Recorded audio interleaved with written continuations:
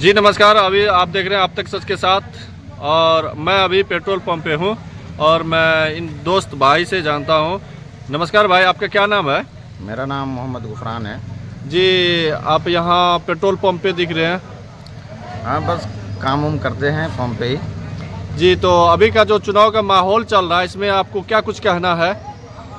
देखिए, माहौल तो पूरी जनता तो बिहार की जान चुकी है और इस बार निर्णय ले चुकी है कि किसी के बहकावे में आने की कोई ज़रूरत नहीं है, क्योंकि आज आए दिन बिहार में अपराध और हत्याएं रुकने का नाम नहीं ले रही है।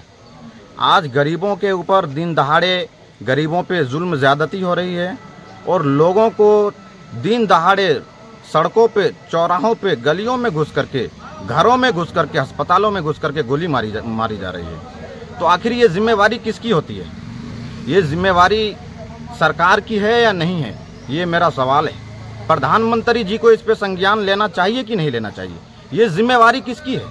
ये जिम्मेदारी डबल इंजन की सरकार की है कि नहीं है, ये सवाल होती है। लेकिन मैं आप लोगों से ये कह देना चाहता हूँ कि आज जो बिहार का हालात है, इन तमाम चीज़ों को देख करके ये लग रहा है कि कानून व्यवस्था ध्वस्त होकर रह गई है। आज गरीबों को, पिछड़ों को न्याय कब देंगे?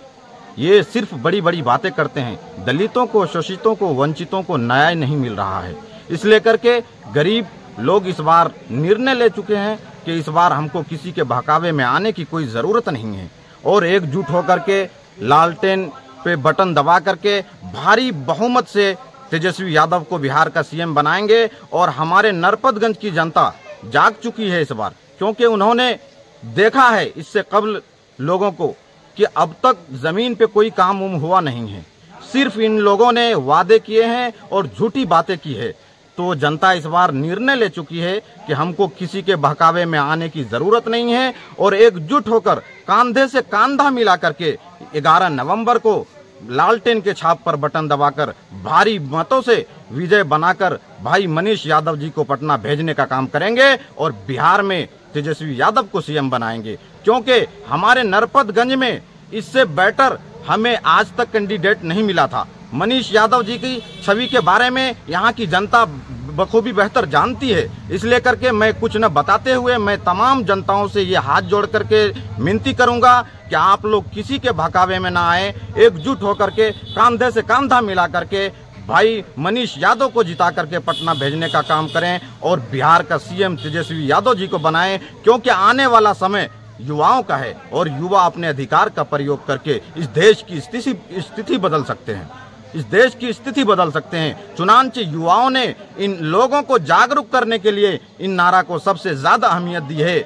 नारा है युवा शक्ति के 3 काम, शिक्षा, सेवा और मतदान। युवा शक्ति ने ठाना है 11 नवंबर को लालटेन छाप पर बटन दबाना है और भारी बहुमत के साथ तेजस्वी यादव जी को बिहार का सीएम बनाना है। जय हिंद, जय भारत, खुदा हाफिज। भाई, मेरा नाम मोहम्मद गुफरान है। मैं भवानीपुर मानिकपुर पंचायत वार्ड नंबर 4 से हूँ। मैं बिहार की जनता से खास तौर से ये अपील कर रहा हूँ कि इस बार किसी के बहकावे में आने की ज़रूरत नहीं है, क्योंकि भ्रष्टाचारी, रिश्वतखोरी, अत्याचारी जैसे मामले आए दिन ओपन हो रही है। आज गरीबों का काम कहीं नहीं हो रहा है, गरीबों की कोई सुनवाई नहीं है, क्योंकि ये सरकार पूरी तरह से फेल हो चुकी है और ये अपनी हार को मान ली है, जिसके वजह से आज अपराधियों के मनोबल बढ़ता हुआ दिखाई दे रहा है और बिहार में खास तौर से अपराध रुकने का नाम नहीं ले रही है। हत्याएं आए दिन हो रही है, गरीब लोगों पे जुल्म ज्यादती इस कदर हो रही है कि बता नहीं सकते। आज हमारे बीच मुद्दा है बेरोजगारी, आज हमारे बीच मुद्दा है स्वास्थ्य, हमारे बीच हमारा रोजगार, महंगाई। तो दोस्तों, मैं आप लोगों से ये बता देना चाहता हूँ कि अगर सरकार बदलेगी तो बिहार में इन सब समस्याएं जो चल रही है वो सब खत्म हो जाएगी।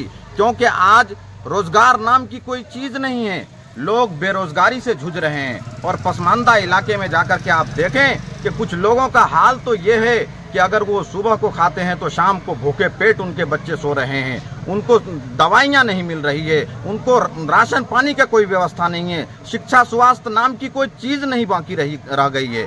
क्योंकि आप लोग अच्छी तरह से समझ रहे हैं कि ये दिक्कतें आखिर हो कहां से रही है। सरकार गरीबों की नहीं है और ये अमीरों की सरकार है। इन तमाम चीजों को देख करके ये लगता है कि आज ये सरकार केवल जनताओं को बेवकूफ बना रही है। We want freedom of the secretary and secretaries of Islam. We want freedom of mosques and religious education institution. We want freedom of constructing religious buildings. Is there any restriction on religious buildings in America and Africa? Is there any restriction on construction of religious buildings in Iran and Iraq? आखिर क्या reason है कि आज उन बड़े बड़े ममालिक में किसी भी मजहब व मिल्लत में कोई मदाखलत नहीं है, किसी भी मजहबी इमारत पे कोई रोक टोक नहीं है? रीजन क्या है? उन बड़े बड़े ममालिक में कोई भी मजहब व मिल्लत में कोई तरह की कोई दिक्कत नहीं है। रीजन यही है कि उन्हें यकीन है कि हम लोग जब तक अपने आप पे रहेंगे, मजबूती से अच्छी सरकार को बनाने का काम करेंगे, उस वक्त तक हमें कोई ताकत गिरा नहीं सकती है, कोई ताकत उस वक्त तक हमें मतलब परेशान नहीं कर सकती है। तो दोस्तों, मैं आप लोगों से ये कह देना बेहतर समझता हूं कि इस बार इन तमाम चीजों को देखते हुए वोट करना है और किसी के बहकावे में आने की कोई जरूरत नहीं है।